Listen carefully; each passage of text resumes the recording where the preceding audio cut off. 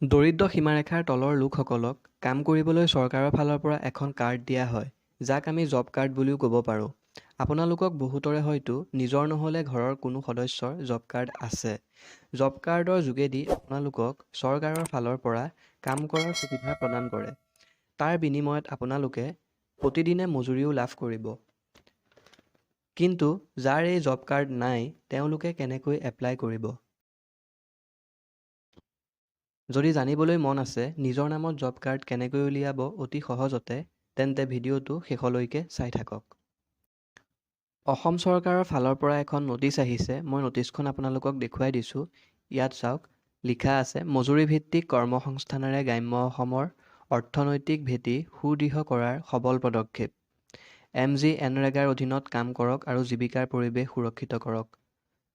পঞ্চসূত্ৰ মানি চলক। এইখিনি লকডাউনৰ কাৰণে দিছে, কৰোণা ভাইৰাছ যে অসমত হৈ আছে তাৰ কাৰণে আপোনালোকে এই 5টা নিয়ম মানি চলিব লাগিব জব কাৰ্ড কৰোঁতে। কিন্তু জব কাৰ্ডখন কেনেকৈ এপ্লাই কৰিব সেয়া চাওক। আপোনালোকক মই নটিচখন ডেছক্ৰিপশ্যনত দি দিম, ডাউনলোড কৰিও চাব পাৰিব। ইয়াত লিখা আছে অসম চৰকাৰে পঞ্চায়ত আৰু গ্ৰাম উন্নয়ন বিভাগৰ জৰিয়তে MGNৰেগাৰ অধীনত জব কাৰ্ডৰ মাধ্যমেৰে প্ৰতিটো ইচ্ছুক গ্ৰাম্য পৰিয়াললৈ বছৰত 100 দিনৰ কৰ্মসংস্থান প্ৰদান কৰিব। ইয়াত অন্তৰ্ভুক্ত হ'ব বহিৰাজ্যৰ পৰা নিজ গৃহলৈ অহা শ্ৰমিক, ৰাজ্যখনৰ চহৰাঞ্চলৰ পৰা নিজ গাঁৱলৈ উভতি যোৱা শ্ৰমিক আৰু গাঁৱত থকা অন্যান্য ইচ্ছুক লোক। আপুনি এই কৰ্মসংস্থানৰ বাবে আগ্ৰহীনে? যদি হয় তেন্তে পলম নকৰিব। জব কাৰ্ড থকাসকলে MGNৰেগাৰ অধীনত কাম বিচাৰি আৰু জব কাৰ্ড নথকাসকলে জব কাৰ্ডৰ বাবে নিজ নিজ গাঁও পঞ্চায়ত কাৰ্যালয়ত আবেদন কৰক আৰু আপোনাৰ পৰিয়ালৰ আৰ্থিক সুৰক্ষা নিশ্চিত কৰক।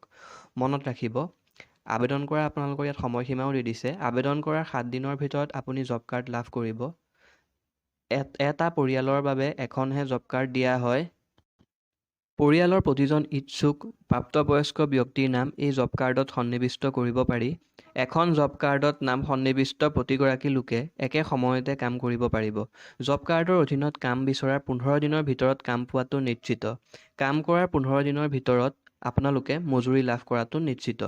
আপোনাৰ জব কাৰ্ড কেৱল আপুনি ব্যৱহাৰ কৰিব। আপোনাৰ জব কাৰ্ড আপোনাৰ লগতে ৰাখিব। এই জব কাৰ্ড আনক ব্যৱহাৰ কৰিবলৈ নিদিব। আপোনাৰ একাউণ্টৰ পৰা অন্য লোকক টকা উলিয়াবলৈ নিদিব। গতিকে এইখিনিয়ে নিয়ম আছিল। আপোনালোকে কেনেকৈ এপ্লাই কৰিব? ইয়াত অনলাইন এপ্লাই কৰিব আপোনালোকে নোৱাৰে। অফলাইন আপোনালোকৰ গাঁও পঞ্চায়তত গৈ আপোনালোকে এপ্লাই কৰিব লাগিব। তাৰ কাৰণে এখন এপ্লিকেশ্যন ফৰ্ম আছে। এপ্লিকেশ্যন ফৰ্মখন আপোনালোকক মই ডেছক্ৰিপশ্যনত দি দিম, তাৰ পৰা ডাউনলোড কৰি ল'ব। তো এপ্লিকেশ্যন ফৰ্মখন চাওঁ আহক। এইখন হয় এপ্লিকেশ্যন ফৰ্ম। ইয়াত আপোনালোকে নেম, এজ আৰু আপোনালোকৰ এপ্লিকেণ্ট গোটেইখিনি ইয়াত ডিটেইল দিয়া আছে। চাই লৈ পেলাই তেনেধৰণে ফিল আপ কৰিব। ফিল আপ কৰি ইয়াত চাইন মাৰি পেলাই ফটো লগাই আপোনালোকে পঞ্চায়তলৈ লৈ যাব। পঞ্চায়তে 7 দিনৰ ভিতৰত আপোনালোকক ৰেজিষ্ট্ৰেশ্যন নাম্বাৰসহ জব কাৰ্ডখন দি দিব। আৰু তাৰপিছত আপোনালোকে MGNৰেগাৰ অধীনত আপোনালোকে চৰকাৰৰ ফালৰ পৰা যিকোনো কাম কৰিব পাৰিব।